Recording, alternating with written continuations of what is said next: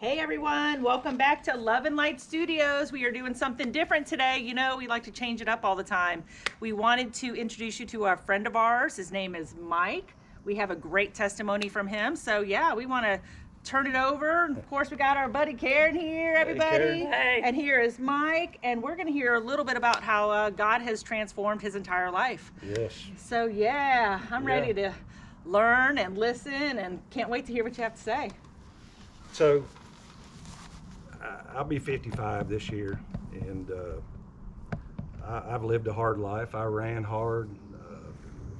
I've been a highly functioning alcoholic most of my life,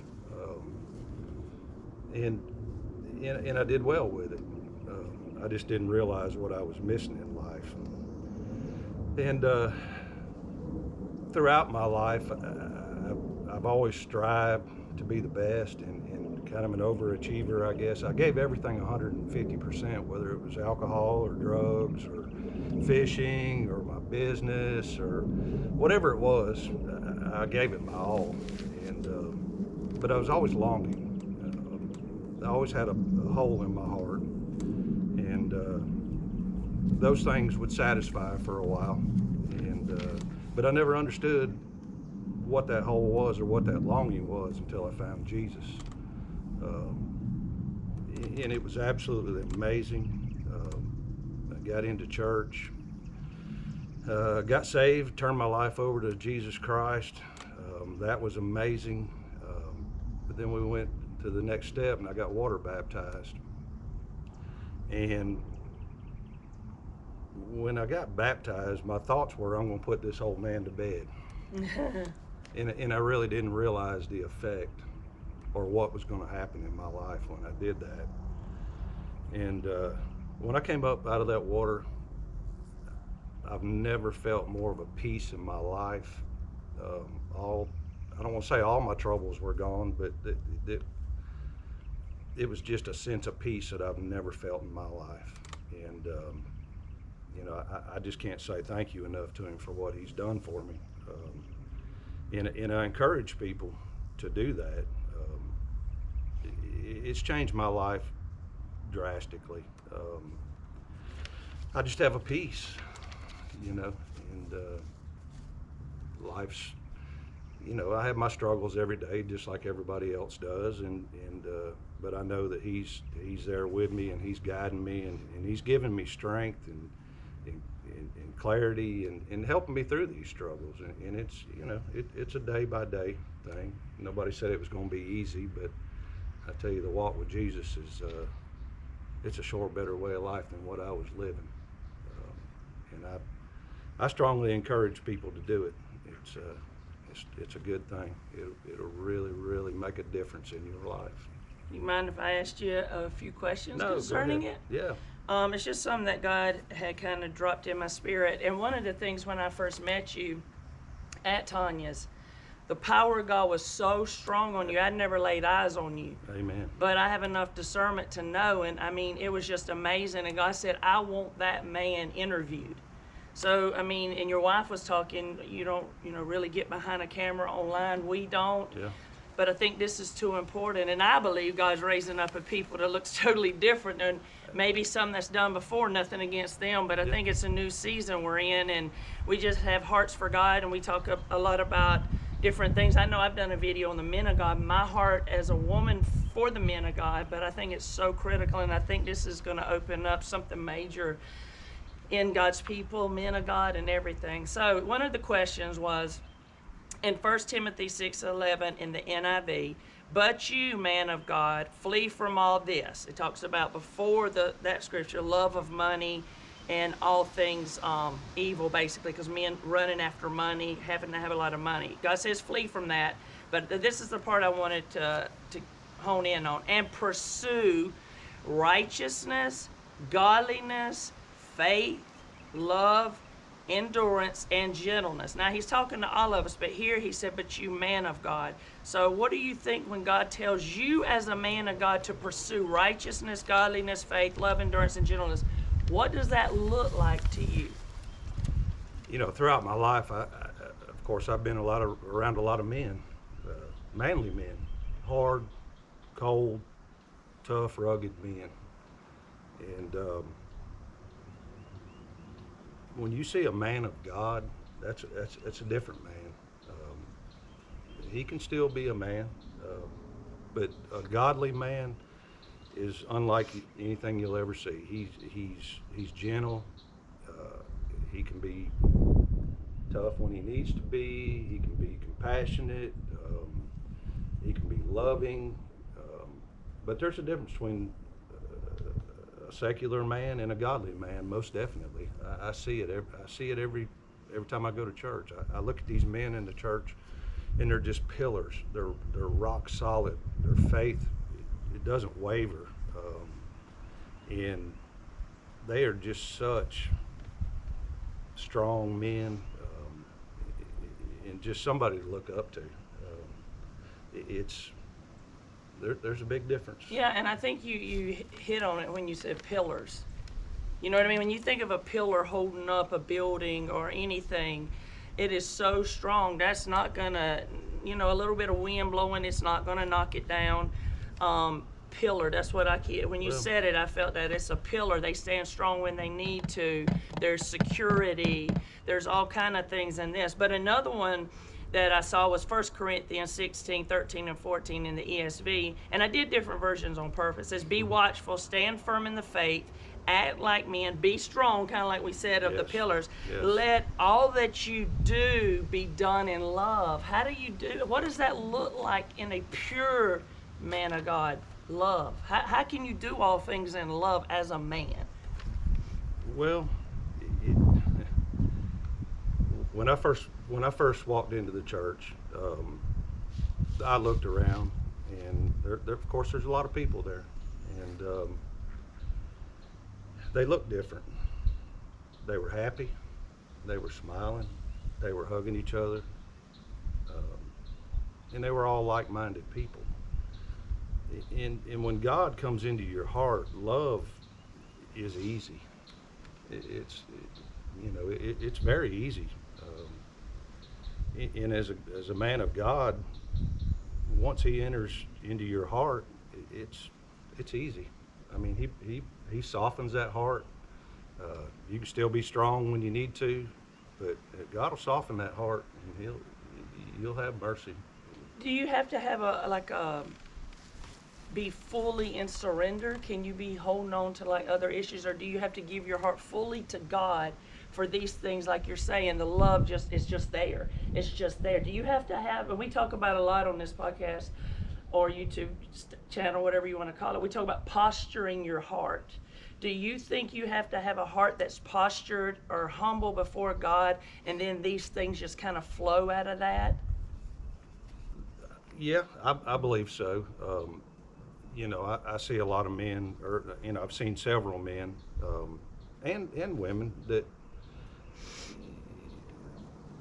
they just don't totally commit. They don't totally surrender, and they're in and they're out. They're in and they're out, and God says He'd rather have you all the way out than halfway in. And so in my case, I was at a point in my life where things just weren't working. So you were desperate. Yeah, I knew that the way I was living was not, it's not good. It's not going to be long term. And once I turned my life over to Jesus, it was amazing. And you talk about posture. He fills you full of love. It's not a hard thing to do once you turn your life over to Him. So yes, I believe that you need to surrender. You do need to surrender. You need to be all in. You need to give that. You need to give your life to Jesus, and being halfway in, halfway out. I don't think that's going to work. That's what we had said on one of our last videos. I don't know if it's come up yet or not, but undivided attention. And God started showing us when you have divided attention, that's why you struggle. It's not God. It's your attention is being divided, and you're going to have struggles there. Yes. And So I think that's another important thing is surrender completely to God. And listen, if you haven't been able to do that yet, no, there's no condemnation here. Pray and ask God to help you. Leave some comments below. And if it's men, we can talk to Mike and get some answers for you, or whoever you want to answer. It doesn't matter. Don't feel condemned. This isn't about that. We're just letting you know the success we've had in complete surrender to God. Yes. I grew up in church back and forth, and kind of like I knew it wasn't, but then I was divided, and Tanya went straight, all God. So we're just speaking from different perspectives, but don't feel condemned because everybody's at different places. Sure. Pray and ask God to help you, and I know He will. That's why we're doing this. Let me read another one if you don't mind. And it's kind of reiterating the same thing, but it's all these different scriptures basically saying the same thing. Micah 6:8, he, in the ESV, He has told you, O man, what is good. He's already told you. And what does the Lord require of you? But to do justice, to love kindness, to walk humbly, like we just said, with your God. Yes. What you think about that? Yes. Well, Yes, that's what Tanya says all the time. That's her saying, just say yes. Yes. Just say yes. And now you're hearing it from a man of God. Just say yes. Yes. you know, as men, we walk around puffed up, swelled up, full of pride. No. You know, I'm telling y'all, when Jesus gets in your heart, he'll soften that heart. That pride will go away. That pride is just, it's not healthy. You turn it over to Him, and you just let Him deal with it. Yeah. But yeah, it's humility is. There again, it comes easy when He's in your heart. Yeah. You know, I mean, I just can't say enough what He's done for me. Yeah. And the Bible actually talks about taking our heart of stone and turning it into a heart of flesh. Yeah. And I think that's what you're saying, because when your heart is flesh and it's not hateful and hard, you can love easier. You can humble yourselves, easier than anything. So actually, I don't think any of us are saying anything different. You're a man, we're female, but it's still the same thing being said. Yeah, well, we're all brothers and sisters. I know. I love it. We all have a common goal here, and it's but that humility, He'll humble you. Yeah. He's humbled me many times. Yeah. And if you have to go that way, I wouldn't recommend it. Go ahead and ask God to start Yeah. humbling you now. Yeah. Don't take it some of the hard ways, but if you need it like that, as long as you're at the end with Jesus, that's all that matters. Yeah. But now listen, I saved this one for last. So don't see if you get in trouble. Don't get yourself in trouble. Your wife's back there. I see her looking. But I really wanted somebody to touch on this because I believe as a church as a whole, I know there's not everybody, but husbands and wives and marriages, God created marriage to be an example of what the bride of Christ is supposed to look like. And I don't think we see that enough. And that's okay, because I think we're coming into that. But we need to start somewhere. So in Ephesians 5:25 in the NIV, husbands, love your wives just as Christ loved the church. Yes. And gave Himself up for her. I would like you to speak on the husband side of that. Now, it goes on to say women do this and that. That's not what I'm talking about. Right. Husbands, love your wives just as Christ loved the church and gave Himself up for her. What does that mean to you as a man of God? Well, I feel sorry for my wife sometimes. That she had to live with me, or she chose to live with me throughout all those years of drinking and being just a rank sinner. And it couldn't have been easy for her. But by the grace of God, she hung in there. And I can tell you, when I turned my life over to Jesus, this house came alive. We loved like we haven't loved in years. We've been married a long time, and Y'all hear that, guys? it just brought new life into this house.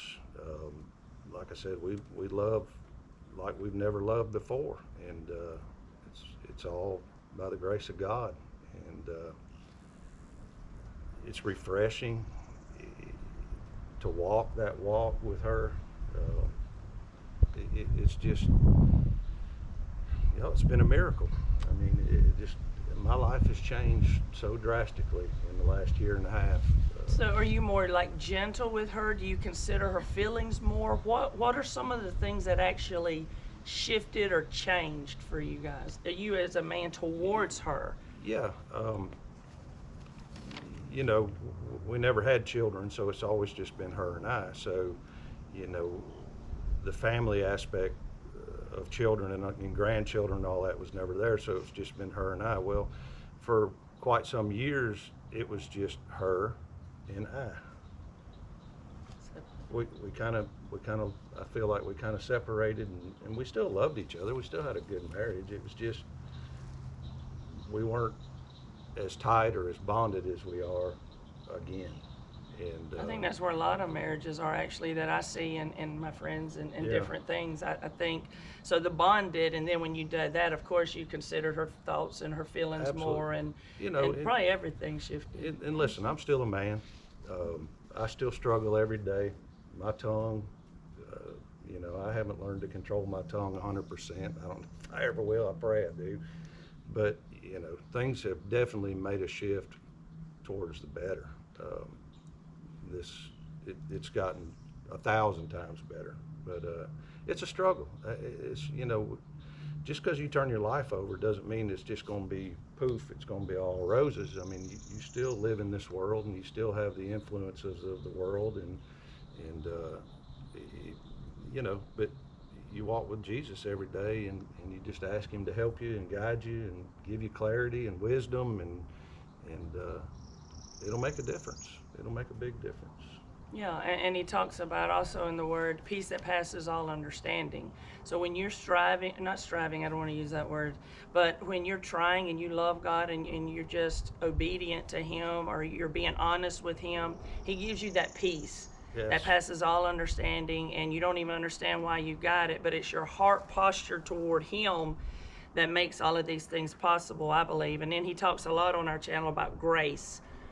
Bucket loads of grace. You need more grace? You're trying to be kind to your wife? Here you go. This is all you need to step in and do it.